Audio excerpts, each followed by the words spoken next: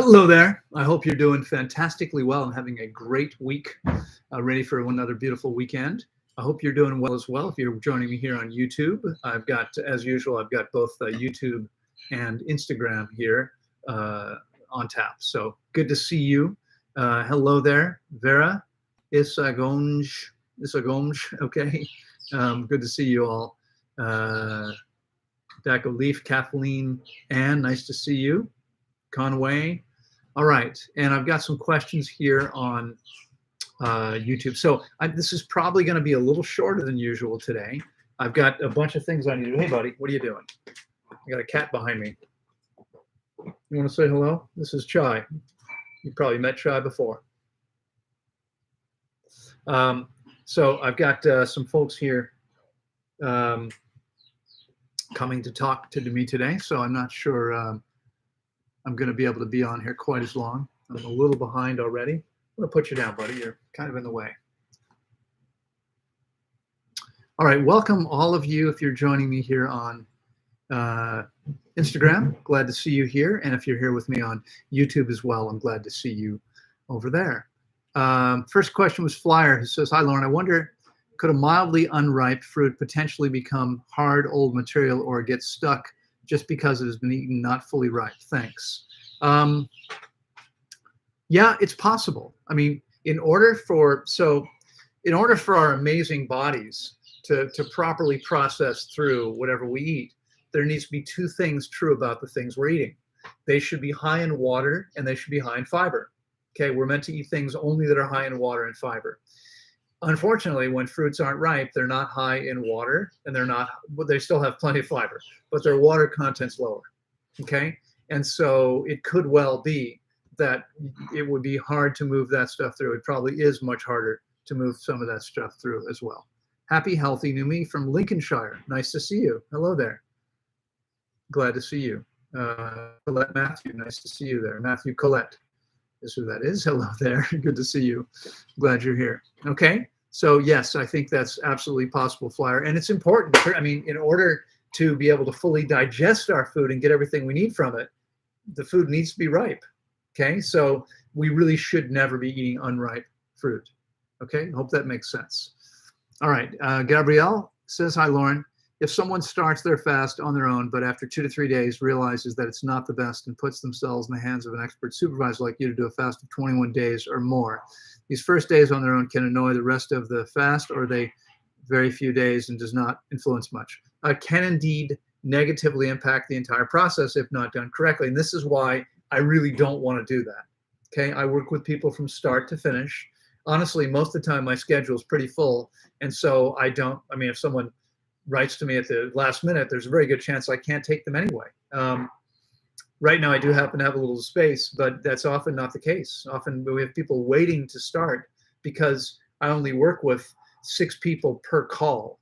And so, this is remote fasting. Obviously coming here is another story, but we're not gonna, again, same thing. We take people from the beginning of their process to the end of their process, okay? Because that's what works. And when we don't do it that way, we wind up much more likely to have problems. So I just as soon avoid doing things that are likely to be problematic. Okay, we want to avoid likely problems. All right, I hope that makes sense. Okay. Happy, healthy new me says, I feel bubbling in my large intestine and feel it never empties fully. Would you recommend a fast to clear it? Yes, absolutely. In fact, the thing with fasting is it's a completely natural process, right? It's a natural process. But imagine swimming is a natural process too. Imagine you grew up in a place where nobody ever swam and there was no water and swimming was completely lost to the culture. And you might not be ready to go into a situation like swimming in big waves, for instance, or in a fast current, where it might have been perfectly fine if your culture had always done that. You'd know how to handle that. I mean, I'm in big waves all the time and have no problem, but people who don't know what they're doing are going to be unsafe in that situation. Okay, so fasting is a natural process, but we've lost it, and most people need to have that guidance to be able to do it safely. If you let me guide you through the process, I will guarantee you that you will eliminate, if you fast long enough, and can take coaching. It's 21 days is the minimum. You would see a massive shift, because this is what happens. Most people I work with eliminate pounds and pounds and pounds of old, hard material. Zoak Zodu. Nice. Thank you for the fruit. I appreciate that. I hope you're doing well. Okay, so I hope that all makes sense. All right, let's see. Ken Allen Show. Haven't noticed the cats lounging on the new couch yet. Do they like it? Actually, that couch isn't new. It's the same couch I've had here for 5 years, Ken. So I'm not sure what you're talking about. They like the couch. They love it. They're still here. You know, as cats get older, they become a little bit more independent. And so I'm not sure if you were here a moment ago, but I had Chai on my lap. I mean, he jumped up here on my lap and on the desk here just a moment ago. He's outside somewhere. I don't know where Ash went. He might be sitting outside here somewhere too. Or they climb up a tree, go over the roof, and go anywhere on the property. We've got a lot of property here, so they could easily be somewhere else. Do you recommend a pre-fast diet? Yeah, absolutely. Prior to fasting, you want to keep your body as clean as possible. Your diet as clean as possible. So ideally, that means mono, high water content fruit meals, melons. You know, here in the tropics, we eat melons, papayas, pineapples. Those are, and fresh out of the coconut water. Those are some of the highest, most hydrating things we can consume. And, you know, if you're in the UK, oranges, yes, this is citrus season, so you can get tons of oranges. Oranges are quite hydrating. That would be good. But yes, you want to keep your diet as clean as you can for at least several weeks, ideally, before fasting. Jadel, good to see you. JGCIN, Tiana. Titiana. I'm Titiana. Okay. Nice to see you, Titiana. Eric says, hey, Loren, have you ever worked with someone who has been hyperthyroid before? Yes, many, many times. Many, many times. And the good news is your body can heal this situation quite easily in most cases, because this happens because of toxicity in the body. And so we see almost everybody hyperthyroid healing. And that's good news, because what medicine wants to do is destroy your thyroid gland, irradiate it, and then you have to take thyroid hormones for the rest of your life. That's a bad idea. Okay, much better, much, much better to simply give your body the chance to actually heal, and then it'll do its job perfectly well, and you don't have to worry. Okay, that's what to do. Virtually always what to do. Your skin radiance is ultra exuberant. Well, thank you so much. I appreciate that. I appreciate that very much. Grapes, no thanks. I'm trying to quit. I'm not sure what you're asking me. Are from Chile with Love. Are grapes okay to eat? Absolutely. Grapes are perfectly fine. They're not particularly, if you're talking about the high water content for before fasting, they're not high in water. I know there's a lot of grapes in Chile, but grapes are on average going to be around 82, 83% water, where watermelon is going to be 92% water. And that's a huge difference, because remember, stool, poop is 75% water on average. So if something's 82% water, there's not a lot of water available to the body. If something is 92% water, there's 2.5 times more water available to the body. It makes a huge difference. Okay? Does smoking break a fast? Yes, absolutely. Well, it doesn't technically break a fast, but honestly, it doesn't make any sense. I mean, first of all, if you're smoking, don't you want to quit? You know, fasting is a great way to quit smoking, because you get all the garbage out of your body. I mean, smoking will kill you faster than almost anything else. A gun, I think, is faster, but not too many other things are. So if you want, if you want to, like, if you love yourself and you want to survive and be healthy, you want to stop smoking.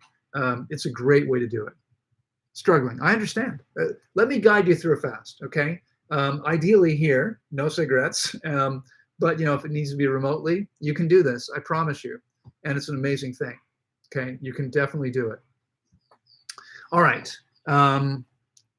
Hola, Lady Poblete. Okay, so today's live is in English. Si no hablas inglés, mañana voy a estar en vivo en español. Pero today is live in English. Let me get some other questions here.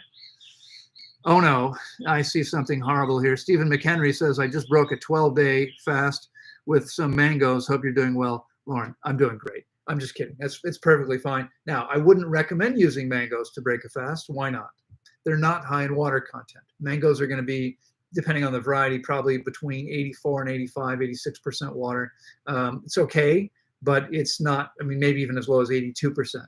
So they're relatively low compared to things that are super hydrating. I'd always recommend using hydrating foods first for at least, I mean, here we don't introduce anything like mangoes until day 4, and it's only 1 meal per day.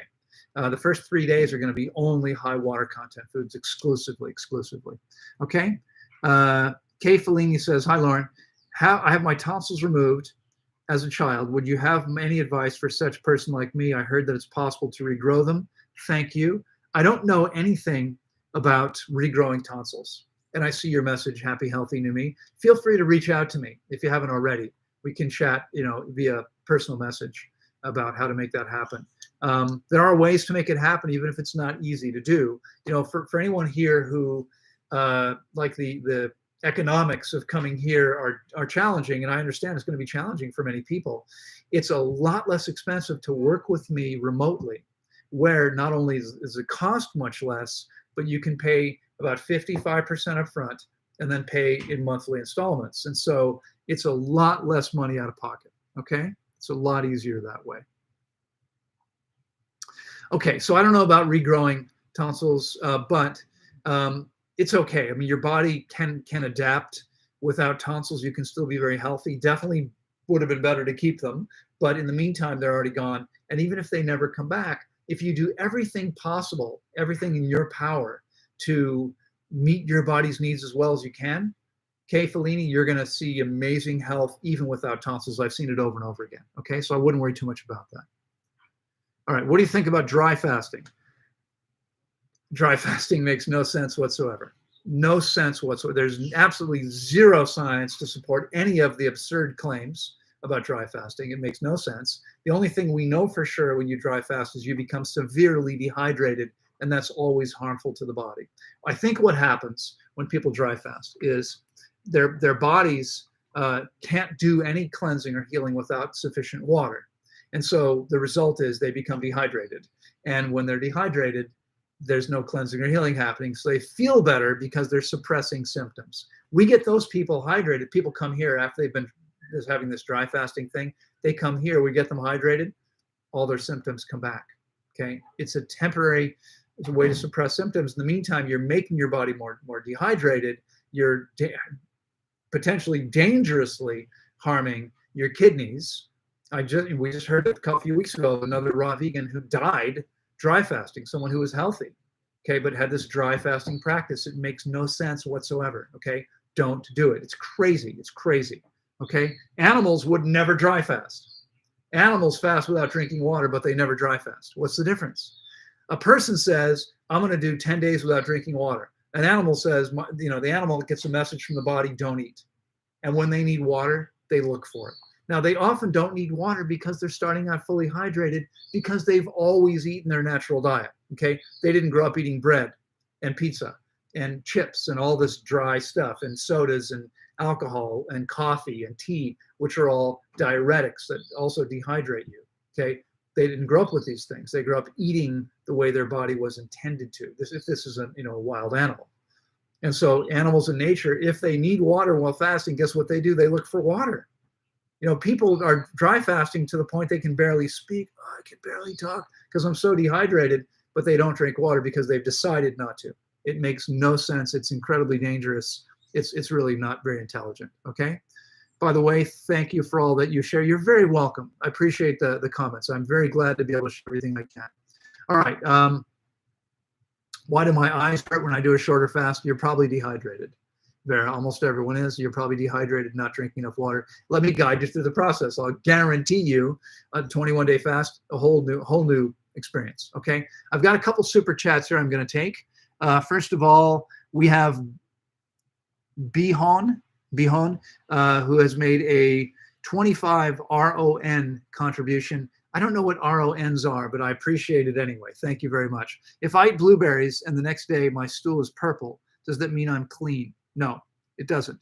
It means that your body was able to pass the blueberries through without picking up anything else. And if you eat enough blueberries, I mean, if you eat a meal of blueberries, you should still have brown stool.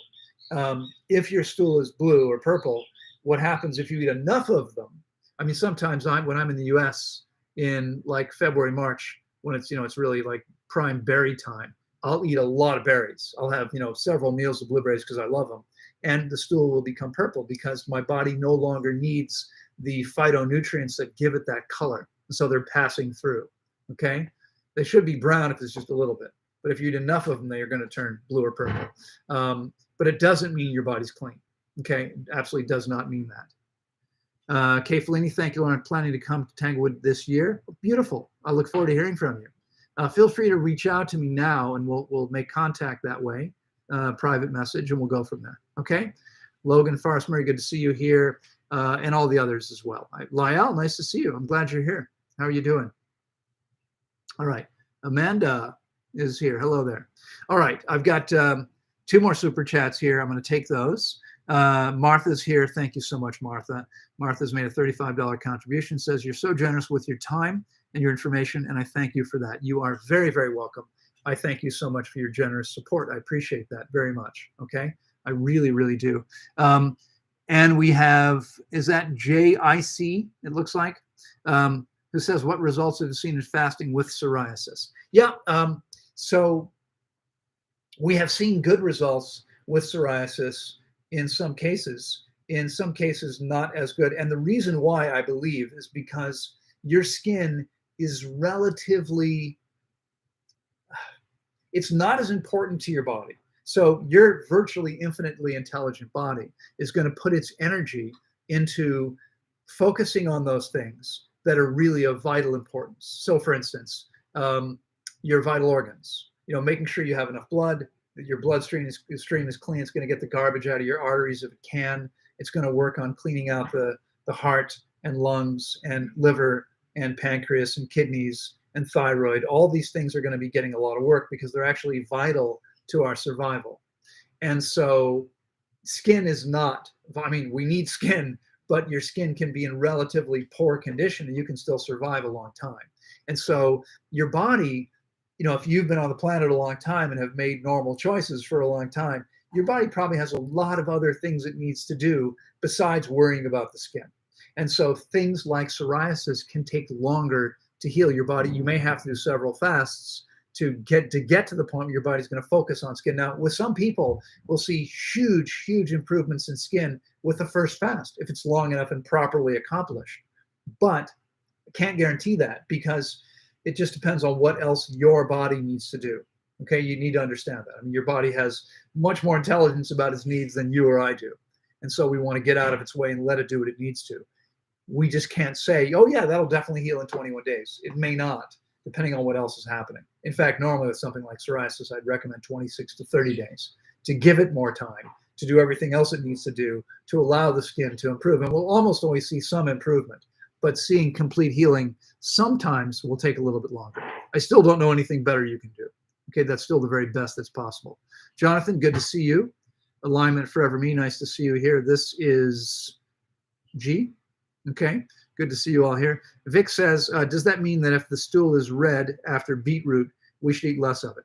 Well, I mean, honestly, if you're eating raw beetroots, they're almost impossible to digest. So I wouldn't bother. I don't eat roots. I don't eat beets. I mean, we have no beets here because you can't digest them.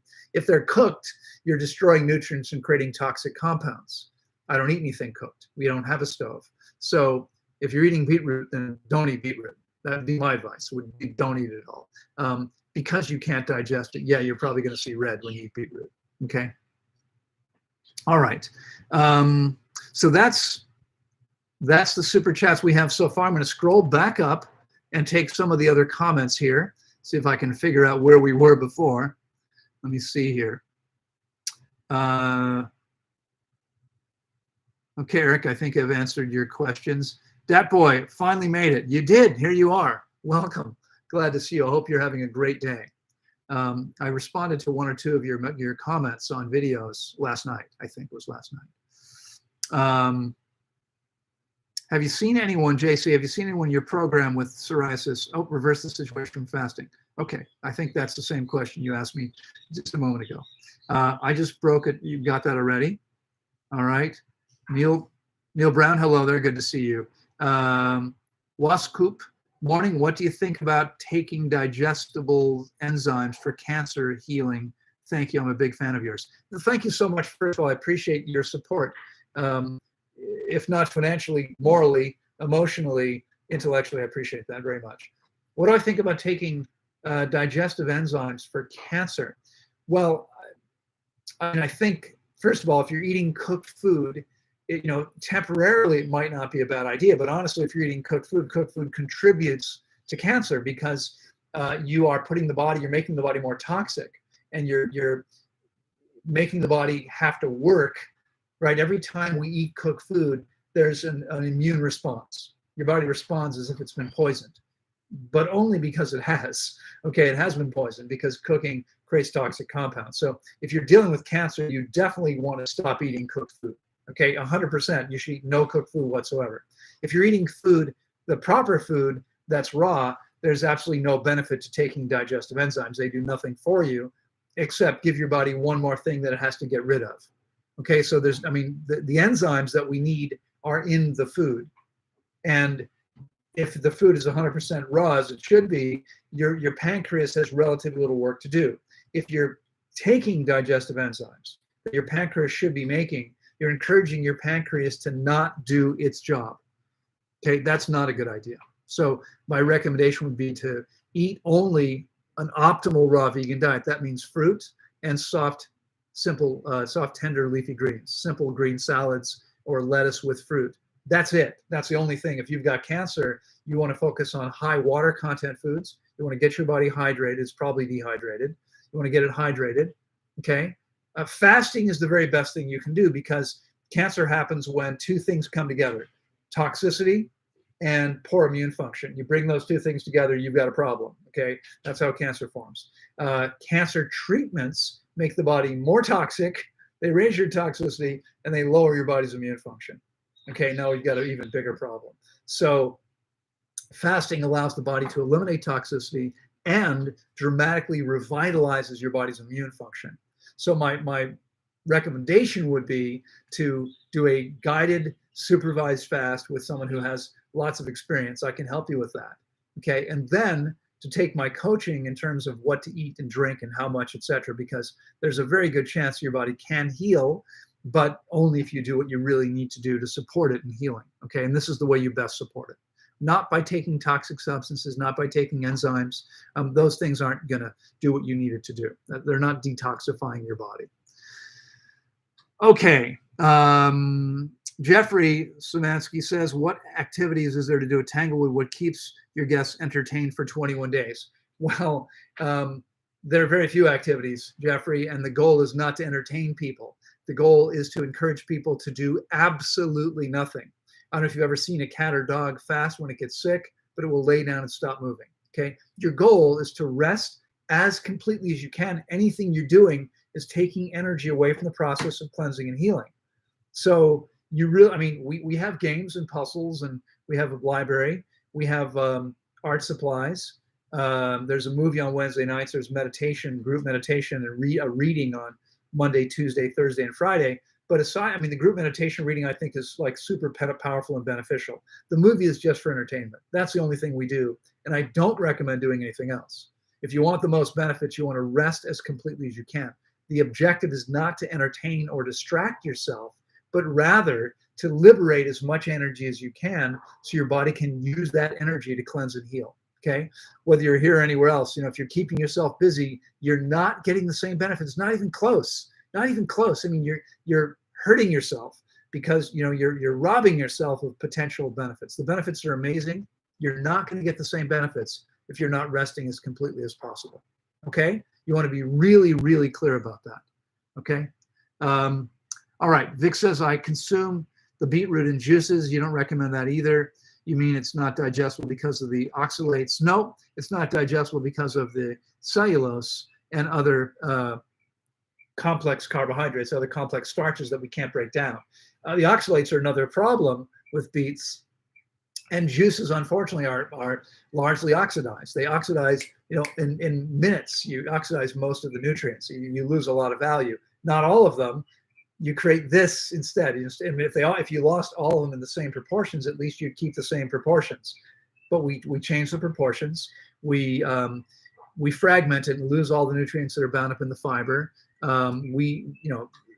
Honestly, we should be eating whole foods. That's what's always best. Always best. Now, having an occasional juice is fine. If you want to include beets when you have an occasional juice, that's okay. But I don't recommend juicing on a regular basis. I have a juicer that I virtually never use except to make banana ice cream once a month, or when I'm feeding people like more gourmet style raw food. But for me, every day, my mono meals. Yesterday I had watermelon for breakfast at 2 o'clock in the afternoon, and I had cantaloupe for dinner at 6:30 in the evening, and that's it. And that's all my body wants. And there's no need for juices because whole foods are 100 times better than juices. Okay, 100 times. What about taking anyone's juice when person has invasive bladder cancer? Aronia's juice? I don't know what that is. Do you mean Anona juice? I'm not sure. I'm sorry, I'm not sure what you're asking me. If someone has bladder cancer, the thing to do is to fast. Fasting is the way. Remember, healing is a biological process. So only my body can heal my body. Nothing else can. Juice can't heal me. Okay, raw food can't heal me. Superfoods can't heal me. Supplements can't heal me. Enzymes can't heal me. Drugs definitely can't heal me. Herbs can't heal me. Only the body can heal the body. So when my body needs to heal, the thing to do is to rest as completely as possible. And that means fasting. That's what to do. There's no better way. That's the only thing we can really do. Okay? That's what I'd recommend. That's what I would do. All right, I've got another super chat here. And let me scroll down. We have Dat Boy here with a Canadian $5 contribution. Says, mucus. Do I get a cup or swallow it while at the center? Also, how much do I have to pay to get a room by myself? Okay, so first of all, along the mucus, what I would recommend doing would be to spit it out into a cup. And we'll have to get some more. We used to have little plastic cups with lids that snapped on that you couldn't see through because no one wants to look at a bunch of mucus. And that way, when you had to spit out the mucus, you pick up the top, you spit into it, close it again. Now, if it knocks over, we don't have mucus all over the place, right? That's worse than having water all over the place. That's what to do with the mucus. You don't want to swallow it if you don't have to. You want to spit it out for sure. Single rooms. We have two options. We have 8 ranchitos, and the ranchitos are one-person rooms. They're tiny little individual buildings, wooden buildings with screen panels on 3 sides with curtains. We have palm thatch roofs. They're beautiful. They're amazing. They're a few steps above the garden. They're set in a beautiful garden, and lots of airflow. I mean, they're the coolest places on the campus. That's really, and that room costs no more. There's no toilet. There's no bathroom. There's a bathroom building, very nice bathroom building, by the way, just a few steps away where there's 4 toilets. Well, in the ladies, there's 4 toilets, 4 sinks. In the men's room, there's 3 toilets and 2 urinals, 4 sinks. And then there's 4 shower rooms where there's a shower and a little changing space. Each one's private. You go in, you close and lock the door. You have it to yourself. Okay, so you can pay double to have a normal room by yourself because you're occupying both beds, or you can take the single room at no extra cost. Okay, it's up to you, but it doesn't have to cost you anything. Okay, happy Easter weekend to you as well. Semana Santa here in Costa Rica. The whole week has been a holiday week. Crazy busy here. Why hasn't anyone else asked these questions? Perfect. Don't know. Yeah, I mean, I get asked all the time about private rooms, but not on the live broadcasts. Okay, what about I already answered that one. Let's see here. For someone transferring from the SAD diet, where do you recommend people start? Well, here's the thing. It kind of depends. This is Brooke. Hello, Brooke. It depends on your personality, Brooke. Just what works for you. As I'm sure you're aware, there are some people who want to quit smoking and they use gum or a patch or a vape or something to gently slow down how much nicotine and garbage they're taking into the body. I guess it's nicotine in that case. But the other way that people do it is they simply stop smoking altogether all at one time. And what's better? Well, I mean, if you're willing to go cold turkey, as they say, then you stop bringing the garbage into your body and you're going to heal and cleanse much faster. Now, it's more painful. It's going to be more uncomfortable that way because you're going to detox much more rapidly. Okay. But,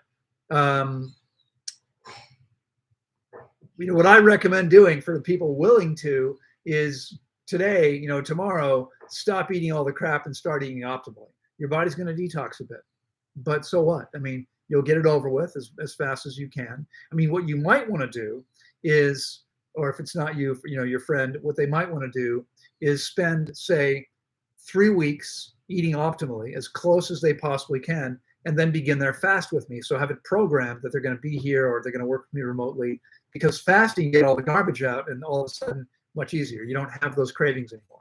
Okay. That's going to be the easiest way, but you still want to do several weeks before fasting of eating optimally. So you're going to go through about 3-4 weeks of some significant detox while eating optimally, and then begin your fast. And that's going to be the best way to do it by far. Okay. That would be the best ideal way. Aronia is berry from Siberia, Russia. Okay. I don't know it, but it doesn't matter. Remember, healing is a biological process. Berries can't heal you. So if you've got bladder cancer, what I would do is I would fast personally. That's what I would do. I wouldn't take a juice. Fasting is way more powerful and way more beneficial. What bad symptoms can someone have while fasting?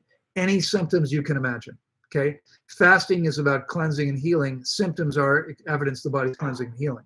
So what symptoms you experience depends on what your body's doing, but symptoms could range from headaches, cold symptoms, flu symptoms, stomach aches, to any symptom you could imagine. Could experience anything at all. Part of my job is to understand what's okay and what's not. Okay. Your job is to listen, be in your body and tell me exactly what's going on and follow the coaching so you're doing what you need to do. If you don't drink enough water, it's going to be hard to help you, if you're not willing to do what you need to do. Okay. That's how it works. Through water fasting, how long may it take to heal plantar warts on the feet? As opposed to plantar warts on your face. Plantar warts are always on the feet. But yeah, it's going to vary from person to person. Again, plantar warts are not life-threatening, and so they can take a while, sometimes because your body may have other more important things to do. We have seen, I had a guy once who had raging AIDS, and he had thousands of warts on his hands, and about half of them disappeared in a 21-day fast. So for most people, you can probably eliminate a plantar wart in 21 days, but it would depend on what else is going on for you. The thing to do, and again, I mean, fasting means, fasting well means having guidance that tells you exactly what needs to happen and what's going on so you can rest and relax and surrender to the process. My recommendation would be you let me guide you through the process, and if you do that, when you complete the registration form, I can see what's going on for you, and I can tell you, this is what I think you're going to need to do. And I'm pretty good at knowing how long somebody needs because I've been doing this for a long, long time now. Okay. So that would be my recommendation. All right. All right. Let's see. Bear with me, girl. Loren, hello there. Good to see you as always. How does water retention edema look different from cellular? I saw your other note. Edema look different from cellular hydration in terms of bioimpedance readings. Or maybe these readings aren't necessary to know a person is retaining water. Well, it's a great question. The bioimpedance device cannot differentiate between cellular water and extracellular water. So we can't actually see. I mean, it'll say if you've got a lot of edema, it'll say you're very well hydrated. But I can see edema most of the time, especially if we look for it. If we see very high readings, I might say, are you feeling edema anywhere? Do you have any swelling anywhere?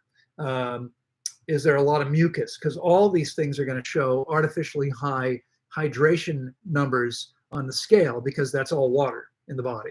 Okay, and the scale can't differentiate it. So we have to understand how to interpret these numbers. And I can do that. I mean, I've been doing this now for years, so I know how to interpret it. I can look at someone and say, okay, you see this? This tells us that you're not really as well hydrated as it looks like you are.